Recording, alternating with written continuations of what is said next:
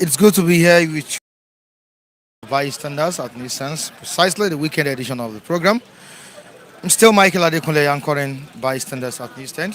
Special appreciation to the CEO, Abiodun Skupoluyi, for giving the people the platform to express their views. All right, quickly to what we have today, the business of today, with the Nigerian Tribune newspaper. Busload of Rccg, that's the Redeemed Christian Church of God members kidnapped in Kaduna.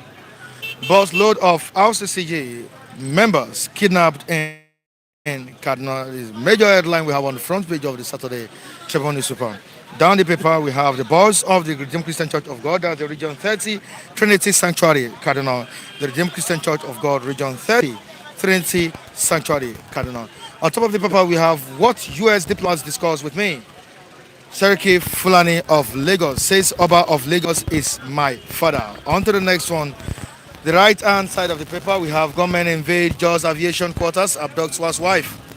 Gunmen invade Jaws Aviation Headquarters, that's quarters, abduct housewife. Kidnapped Ekiti widow, abducted Kwara farmers freed. Abducted Kwara farmers freed. Down the paper, we have other stories on the front page of this same journal. Buhari Northern Elders clash. This government lacks thinking capacity, says Northerners. This government lacks thinking capacity, say Northern elders. You can't bring down our government, says presidency. You can't bring down our government, says president. That's presidency replying the Northern elders. On to the next one. Four armed robbers arrested while robbing policemen. And we have it on a job crisis. Kwara government, Muslim Christian leaders state cases. Kwara government, Muslim Christian leaders state cases. And the last story we'll be reading to you viewers. Don't use Kano government house for Tinubu's birthday. Arewa youth one Gandoje. Of course, we have Mr. Matthew Ongran to express his views concerning the state of the nation. Morning, Mr. Matthew. Good morning, Mr. Amari. How you doing? I'm fine. Of course, it's the Saturday edition of Bystanders. Diverse stories on the front page of Nigerian Tribune. I want you to deliberate on it. Let's do justice to what we have on the same journal. All right, we have the issue of kidnapping. We have the Redeemed Christian Church of God members being kidnapped by government. I think the APC government, I don't know if you perceive it that way. The APC government is not winning the war against insecurity or insurgency. Generally speaking, this myriad of security challenges. But again, I think what they should do is to change approach. Well, we have said it on this platform severally. That is good a thing you reject the security architecture. The government have actually hearkened to the voice of reason, and the government have actually changed the service chiefs. But again, the strategy, your armor, the arsenal you have on your armory, you need to update it. You need to upgrade it. Then you look at your approach, because you cannot continue doing the same thing over and over and expect a different result. I'm particularly worried about the approach of Kaduna State Governor. In as much as I'm not saying bandits, kidnappers should be rewarded with ransom. But again, you don't sacrifice your citizens on the altar of saying that you are not negotiating. I understand the governor of Sokoto State, no, Zamfara State, is always looking towards non-kinetic approach. But again, the stand of Kaduna State government, I don't think is the best way to go, considering the imminent situation at hand. Mr. Mike, I can remember in 2018 when one aid worker in the person of Safaru Husseini was kidnapped and ran.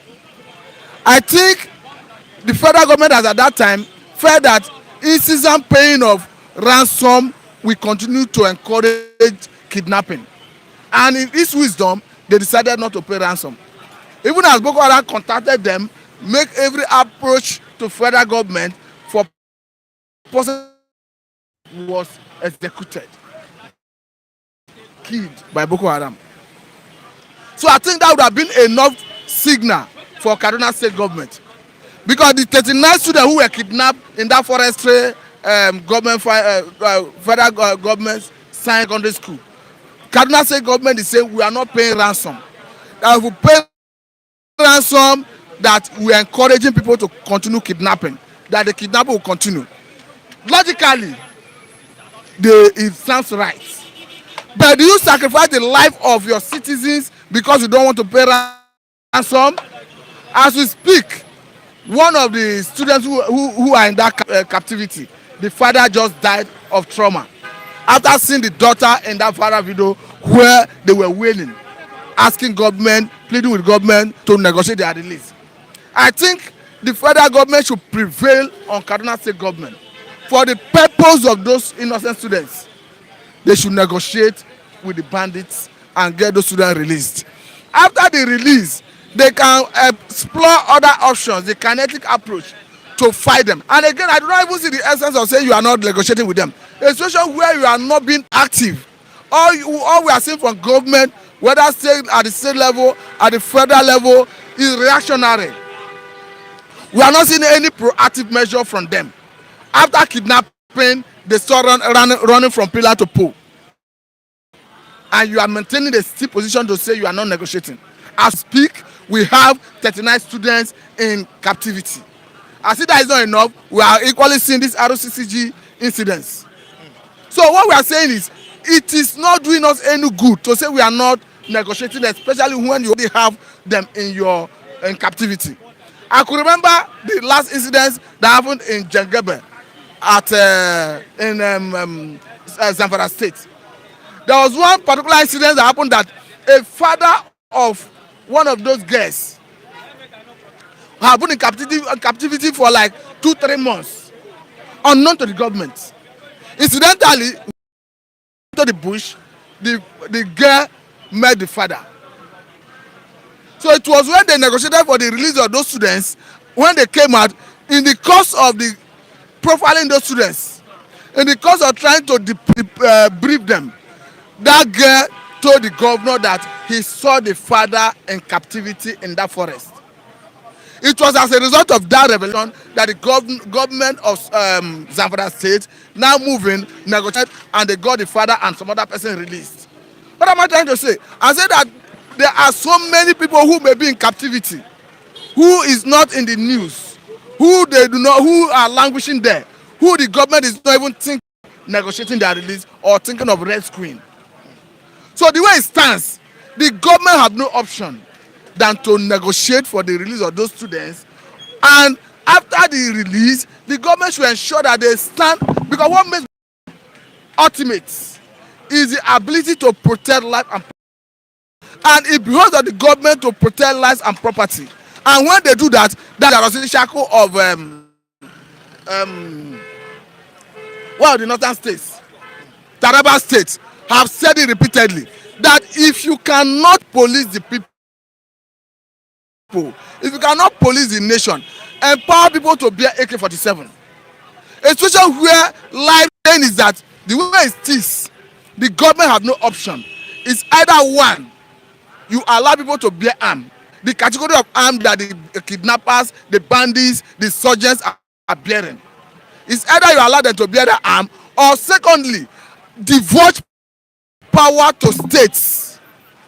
Change this command and control system of our security agencies that have not worked over the years. A situation where the federal government is charging state governors to go and police forests in their domain. At the same time, they do not have the security of those states.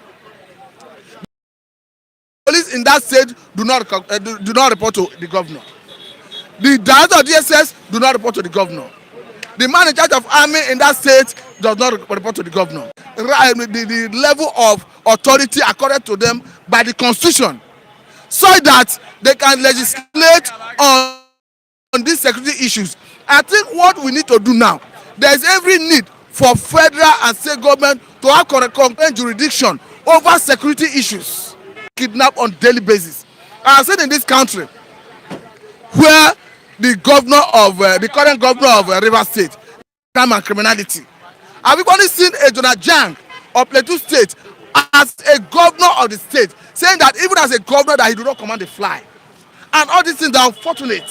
We need the government, the three tiers of government, the three hours of government to come together and chart the way forward. And how do they do that? We need to unbundle this constitution. We need a situation where there should be a concurrent, I mean the federal government, the state government, and even the local government to have concurrent jurisdiction over things like security, over things like power generation. There are so many things that is not working because the center is overburdened with responsibility.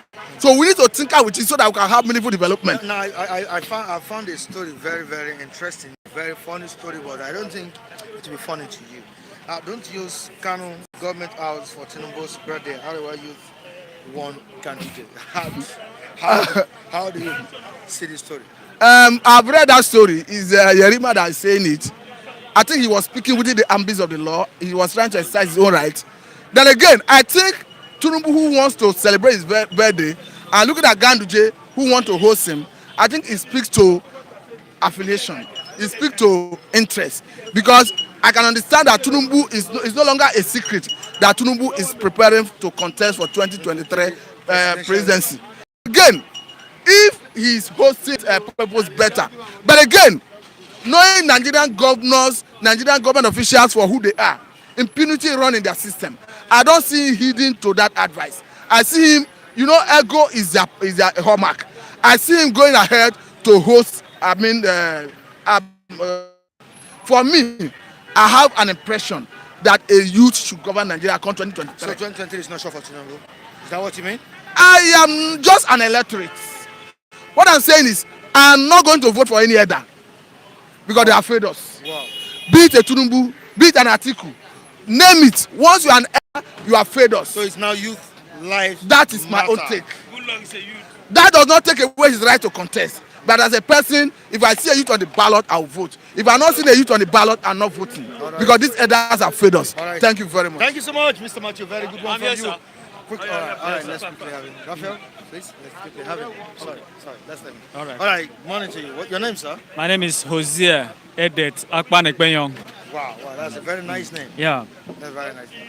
You have good names. Yeah. All right, you're welcome to buy Standard Southeastern. Your normal Thank you so much. Review program. Thank you so much. All right, your take, your view concerning the state of the nation. The State of Nation, today is a very special day. Okay. The most important day of the year. It is March 27. Now, if you go back and look into record, this is the day that the Israelites celebrated Passover. They started it all over back when they were liberated from the Egyptian bondage. 1513 or something like that BCE, before the coming of Christ. Yeah. Now, when Jesus Christ came, he celebrated the Passover, but he introduced something new. He did not do it in the temple, but he was in Jerusalem. He sent two of his apostles to go and look for a place that is going to celebrate the Passover with them. But don't forget, he had been out from Jerusalem. Prior to that week, he was there. And people proclaim him as king. Put something else. So why am I driving you to this place? Isaiah chapter 9, verse 6 and 7 called Jesus Christ the Prince of Peace. Prince of Peace. That is the only person God has given us to install, to usher in peace in the whole world. The whole world is restless. So when you are talking about the state of nation, it's nothing to write home about. Nobody will be happy about it, and nobody will be happy until you turn to where the Prince of Peace is written, spoken about. In the Muslim world, it's known as Isa. Yoruba call him Jesus. When once you call Jesus Christ anywhere in the nation, appointed time of the nations, when man will rule man, God is God Almighty, but we are not qualified. So Jesus Christ is that person that will come. So now when you are talking about this, I will tell you to go to the book of Daniel. It has a lot of information. Daniel chapter 2, Daniel chapter 7, Daniel chapter 11, Daniel chapter 12. Wonderful. You see, God allowed man to set up. He knew that there will be problem. And that is what we are having.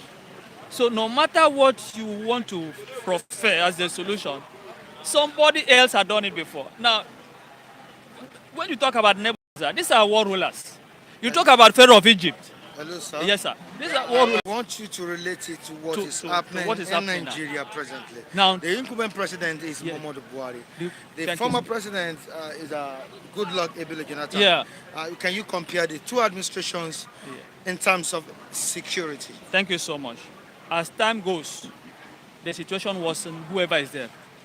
It doesn't, wherever you want to put there. Go to Israel and bring somebody here. Go to America and bring somebody here to be the head of state. It is the time that determines who is the best leader. When you talk about Jack Conde, And as the time determined yes, that Buhari is the yes, best the time, leader. Second Timothy chapter 3, Okay. verses, I think 12 to 13. Okay. It tells you clearly that the situation will keep on worsening and that people will be deceived and then they'll keep on deceiving each other. You understand what I mean now? So the deception now is more than what used to be before. Does it mean we can have a new dawn in Nigeria? Visit jw.org because of your, All right. because of the nature of your work. Thank you so And much. when you collect ideas from others, All right, you thank you also so welcome much. it from Thank you others. so much. We really Thank you appreciate so you much. for Thank coming. you, thank you so so much, Pastor. All right, Rafael, good morning to you. Yeah, How are you Michael, doing? good morning, good morning. All right, you're welcome once again. Yeah, I was discussing something with the pastor, and he said that to keep worsening. And I told him, I asked him a question: if Nigeria could have a new chapter, can we experience a new dawn under the administration of Buhari, or should we wait for another administration to come and liberate us? anyway. Or secession will be the solution? Yes, secession should be the solution. There's no way we can, we could wait because you find out that every time that goes, security or Nigerian security worsens. So there's no need of, hopefully believing for a new dawn in Nigeria. The Hopefully only believing. solution, I'm telling you, the only solution is what the Southwest separatists are doing. The only solution is what the Southeast, South separatists. The separatists are frustrated Nigerians. Not only the leader of this agitation for self-determination, but the entire citizenry. See, let me tell you, during the time of Jonathan, we are clamoring for one thing: better economy, better governance. I'm not trying to have, my support, for that, for that past administration. But what I'm trying to say is that failed us.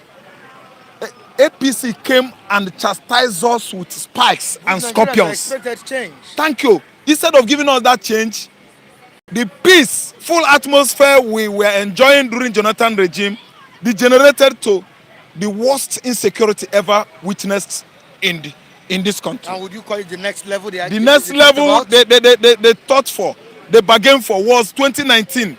They said next level, from fire to frying pan. The former level, which was 2015 till 2019, was fire. Then what we started witnessing in 2019 till date is frying pan. Then Mike, let me tell you again. I supported what the pastor said, that today is the most important day on earth. 27th March, the people of the Lord left Egypt on what was called the Exodus. That was a great celebration. It is a great celebration. Thank you, Mike. Then again, I saw something on television. Okay.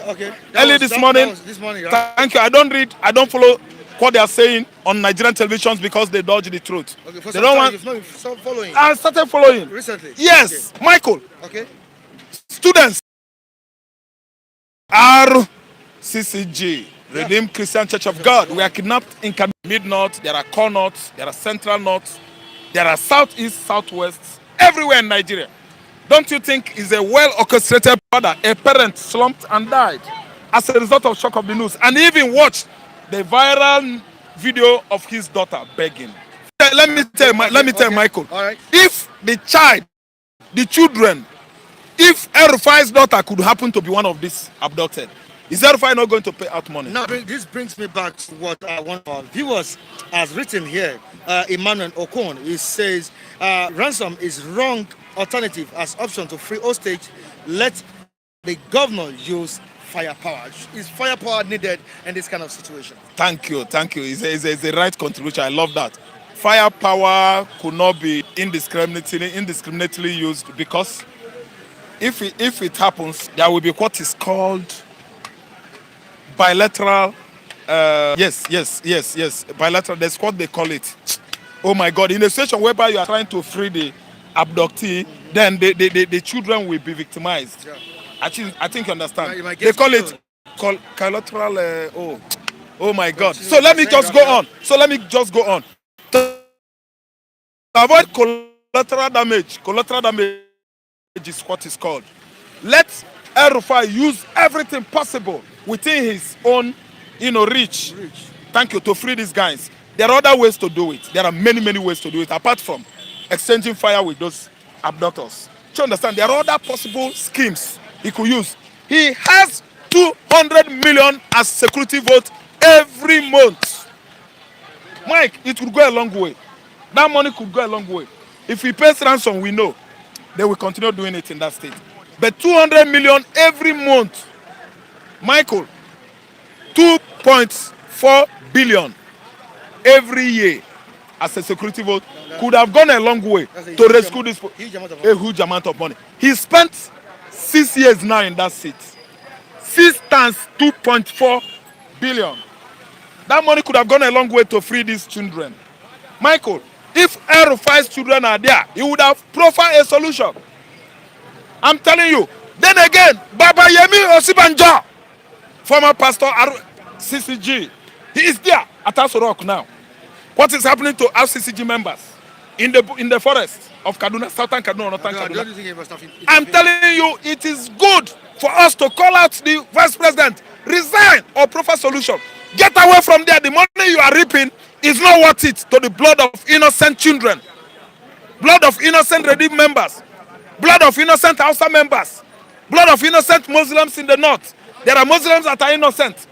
I'm saying this beyond religion, whatever, bigotry. Resign. It is time to leave that place. Rccg member today. Who knows whether it's going to be another church tomorrow? It is wrong for Yemi Osibanjo to be part of this administration. I said this earlier and earlier.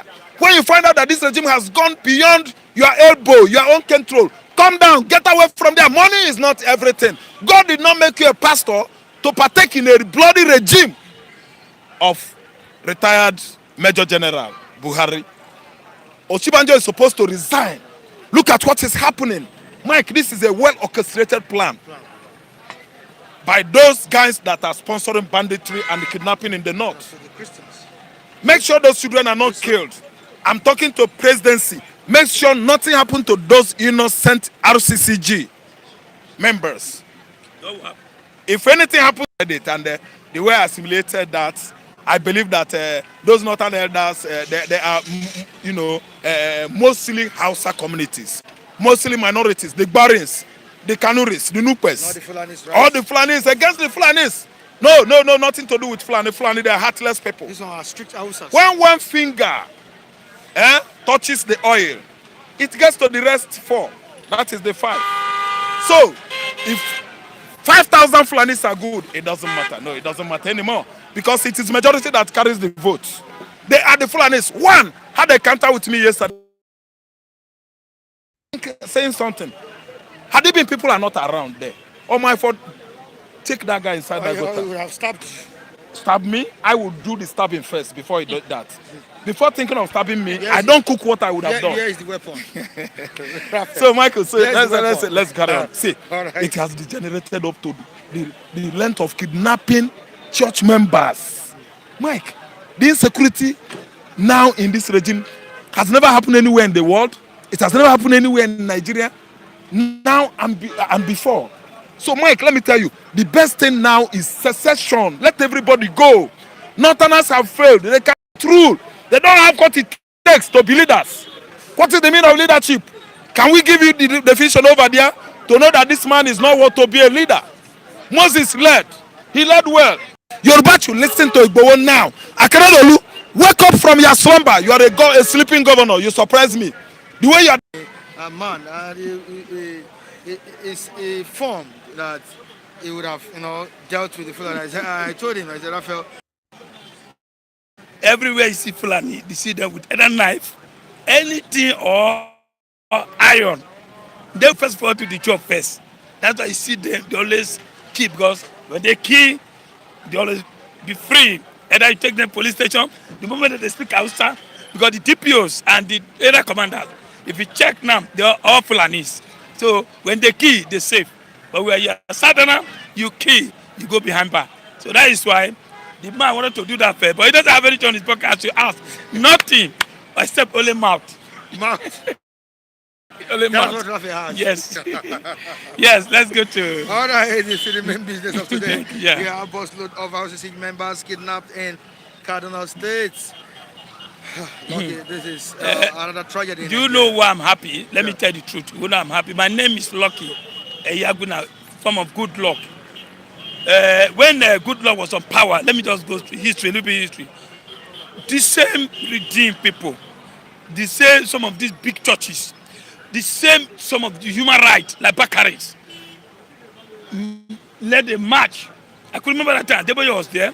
When Buhari came to redeem, Deboye bring, in fact, 85% of members to vote for Buhari because of Vice President Yemi Osibanjo. But today, Yemi Osibanjo and Buhari are repeating the whole thing. Sorry to say, Osibanjo too is not preaching the really, just this 4 years, 5 years, telling the president the truth. Just like the other man, Oyedepo. When Oyedepo speak, other pastors against him. But today it's happening to redeem. Let's see what's going to happen. Whether Osibanjo will come out and talk. He's not going to talk anything. Insecurity will continue until this wicked Buhari leave the government. Tomorrow, with the body language of Buhari, nobody is listening because you are not interested in the father. You can't even come out for the TV address people. Gariba say Buhari said. Femi, I did not say Buhari said. Buhari is not saying anything. I only see Buhari if person like former president like Goodluck or the other Abdul Salam came to visit him. That's why you see Buhari, see him escorting the man, which I don't know sometimes with something, whether engine, I don't know. You see, when you wear normal cloth, you know the way we size it, but something shoot out as if engine is working there. I don't think it's Buhari. He's not going to talk anything. All this government is doing now to make sure 2023, they are person win that election. They are no longer protecting you and I. No, nothing. They only be talking, kidnapping. How many? Go outside and say people are dying for hunger, dying for insecurity, dying for sickness. Nobody is talking about COVID again. I don't understand me.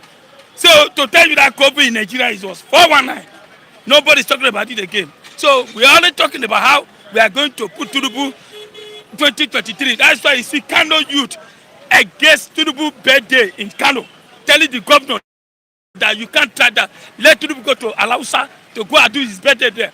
Because Nigerian youth, everybody is angry with Buhari, and those who put Buhari there, they say he's a messiah.